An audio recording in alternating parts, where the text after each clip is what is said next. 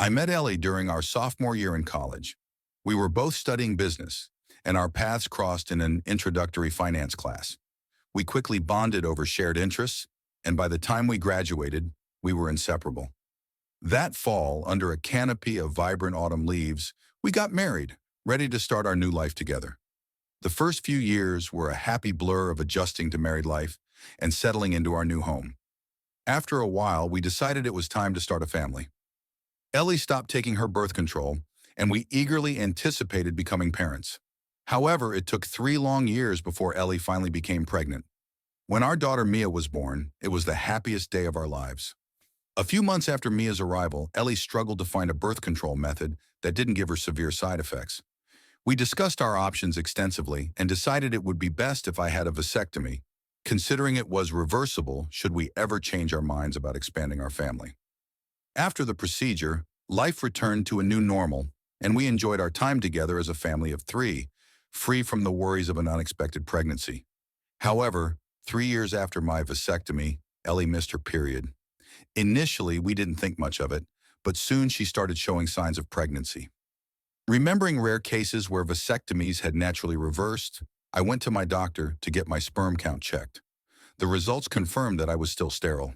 Confused and distressed, I kept the results to myself at first. Ellie, noticing her symptoms, visited her doctor and found out she was indeed pregnant. She urged me to get tested again, thinking there might have been a mistake with my earlier test. The situation weighed heavily on me, filling me with dread and anxiety. Reluctantly, I went for a retest and also decided to have a DNA test done with Mia, needing to know the full truth. The results came back, confirming my sterility and revealing the devastating news that Mia was not biologically mine. When Ellie came home that day, I confronted her with the evidence.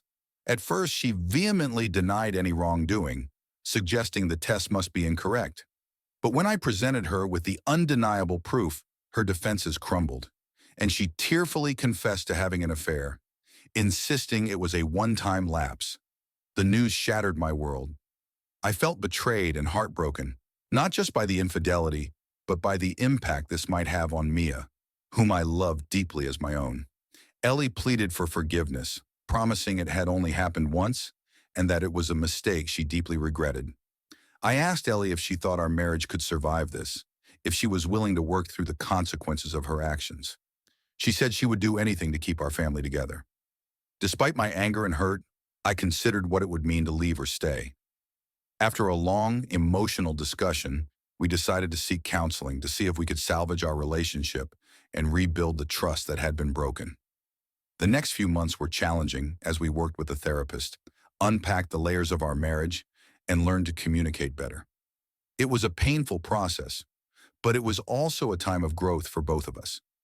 Ellie's transparency about the affair and her commitment to our family gave me hope that perhaps we could come out of this stronger.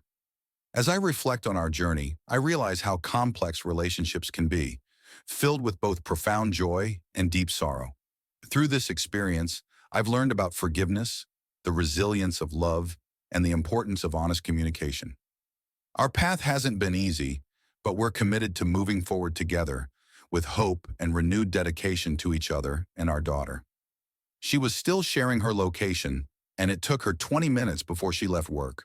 When she stopped at a nearby store for a few minutes, the purpose of her stop became clear as a police car pulled in behind her in our driveway.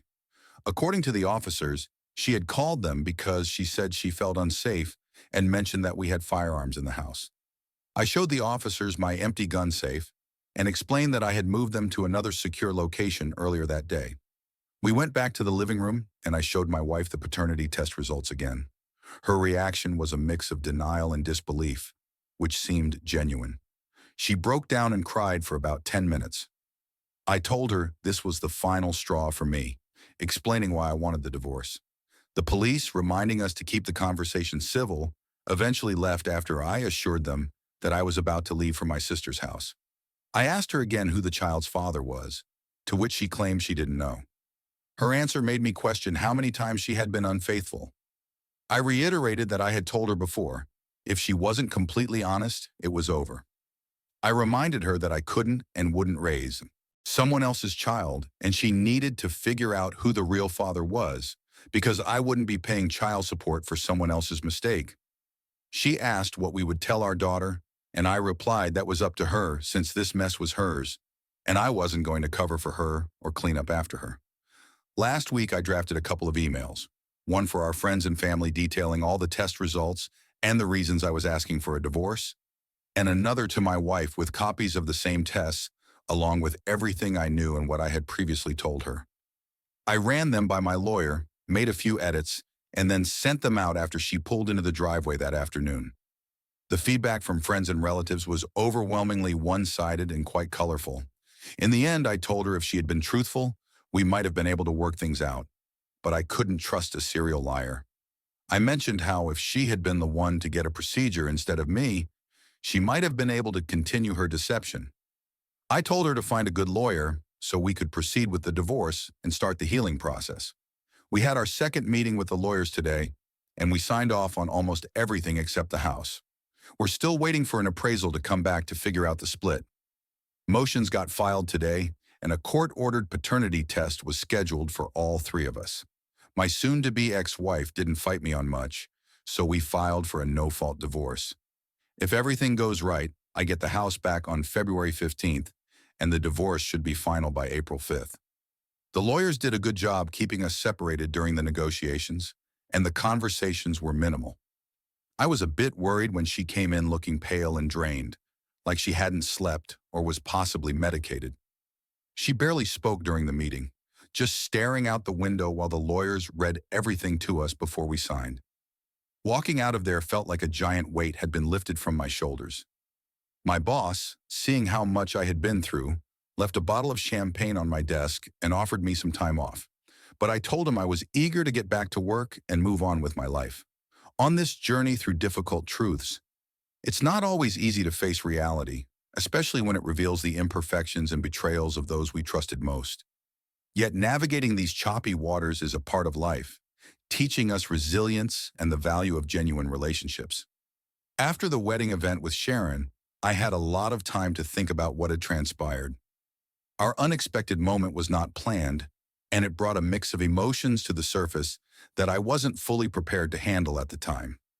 In the quiet of my own space, I contemplated our actions and what they meant for my future relationships. It was clear that both Sharon and I were searching for a connection, perhaps something to fill the void left by our respective divorces. In the weeks that followed, I attended therapy sessions regularly. These meetings were invaluable, providing me a safe space to unpack the complexities of my feelings and the turmoil of the past few months. My therapist helped me understand that healing is not linear, and sometimes the human connection can provide unexpected comfort. Meanwhile, the situation with my ex-wife continued to unfold. The divorce was moving forward, with the final details being ironed out by our lawyers. The emotional distance had begun to bring clarity, and I was starting to accept the new normal of my life as a single father, navigating the responsibilities of co-parenting with someone I no longer trusted as I once had. My relationship with my daughter was my priority. Ensuring she felt loved and secure despite the changes in our family structure was at the forefront of my mind. Our conversations were gentle but honest, appropriate for her age, always reinforcing that both her parents loved her immensely, regardless of the circumstances. As I built a new routine, my friendship with Sharon remained a source of stability.